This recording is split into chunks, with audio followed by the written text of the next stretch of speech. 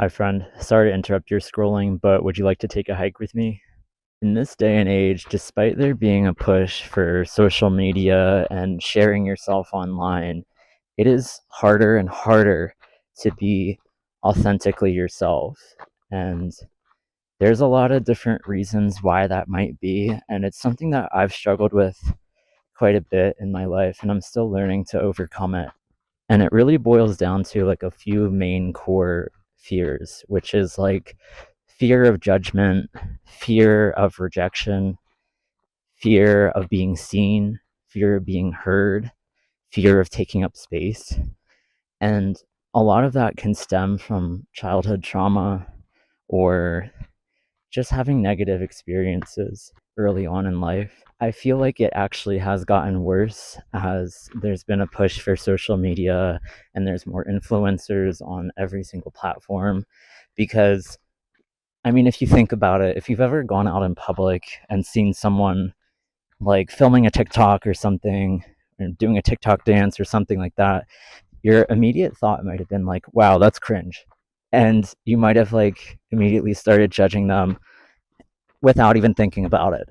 And that's a huge barrier that comes up with trying to be your authentic self, is that fear of judgment, that fear of being cringe, when in reality being cringe is actually your power. Like if you think about like everyone who's made it big, like everyone who's made it big in Hollywood, or everyone who is a successful like internet influencer and makes millions and millions of dollars online, like they did go through an era where they were cringe, and to an outsider looking in, them doing their job is cringe. A lot of that does stem from like jealousy. A lot of that stems from people's own insecurities and fears of being seen and fears of being judged. Because honestly, we all judge everyone, no matter what. It's an innate survival instinct to always be surveying your environment and judging if there's a safety threat, judging what's going on, judging behaviors of other people, of wild animals, whatever. So it is an innate survival instinct to judge other people. So it does make sense to have that fear of judgment, that fear of rejection, because back in like the Stone Age, back in the tribe times, if you didn't conform to what everybody else did, you'd be kicked out of the tribe and you wouldn't be able to survive. Now, modern society is not set up that way anymore, where it doesn't really matter if you get judged and kicked out and excluded from social groups, because you can survive completely on your own without that. One thing that I did to try to overcome this fear of being seen, this fear of judgment, this fear of being authentically myself, is I got involved in the local performing scene. And that is something I had zero experience in whatsoever.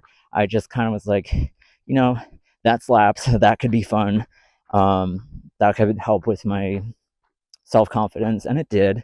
And at the same time, it's also like destroyed it. The more time I spent trying to overcome this fear, the more times that I stepped forward into that spotlight, I stepped forward into being seen, the more easy it got. Every single time you put yourself out there, it gets a little bit easier. It gets a little bit more comfortable to where you feel like you can be more yourself. Another big reason why you might be afraid to be authentically yourself is that fear of judgment. You are putting your whole heart on your sleeve, and it hurts when you get that rejection. It hurts when people judge you for who you are, about things that you can't change, your personality, the things you like, the way you move through this world. And that can be absolutely devastating, because human beings are very social creatures. We do have a social need, and there's a desire to find people like us, to find friendship, find our tribe, find our circle, our family, blood or not. And when you put yourself out there and you have a lot of experiences of being rejected, being judged, being made fun of, it can be really hard to want to try again. It can be hard to believe that you are worthy as you are, and that you are enough, and that there are people like you, and that there are people that will value you and treat you well. I mean, that's something that I've struggled with myself all throughout school, high school. I've been bullied. When I did have groups of friends, I was always kind of the background friend. I was never the one they hit up first. I was never invited to stuff. And I got a lot of FOMO watching people post things online of all these events that they went to that I wasn't invited to. And because of that, I've kind of taken on this identity of like the lone wolf. And the thing is, the lone wolf archetype is really just a mechanism of survival. It's a mechanism of safety to protect your ego from getting hurt again, from loving again, from trusting in others again, from trusting yourself again. And it gets to a point where that's not healthy for you anymore. And you feel like you're stuck in this archetype of the lone wolf. And it just becomes a repeating cycle of, well, I don't have any friends, nobody likes me. And then because you believe those things, it just reinforces it so that when you do try again, you are rejected again and you're attracting the same things. Like you're stuck in this cycle. The way to break out of these chains is to take one step each day that moves closer to being your authentic self. Do one little thing each day that is in alignment with who you are and what you want to do. Check in with yourself throughout the day. How did this make me feel? Did I like that? Did I like that song? Did I like doing that activity? And that will help you get closer to living in your authenticity. And the more you take these little steps of bravery to be yourself and be authentic in what you are and what you desire, you will naturally start to attract people that are in alignment with that. You will naturally start to attract people that like those same things, that move through life the same exact way that you do. There are 8 billion people on this planet. You will not be alone forever. Every season is temporary. And the fastest way to get into alignment and attract your tribe is to just be authentically yourself.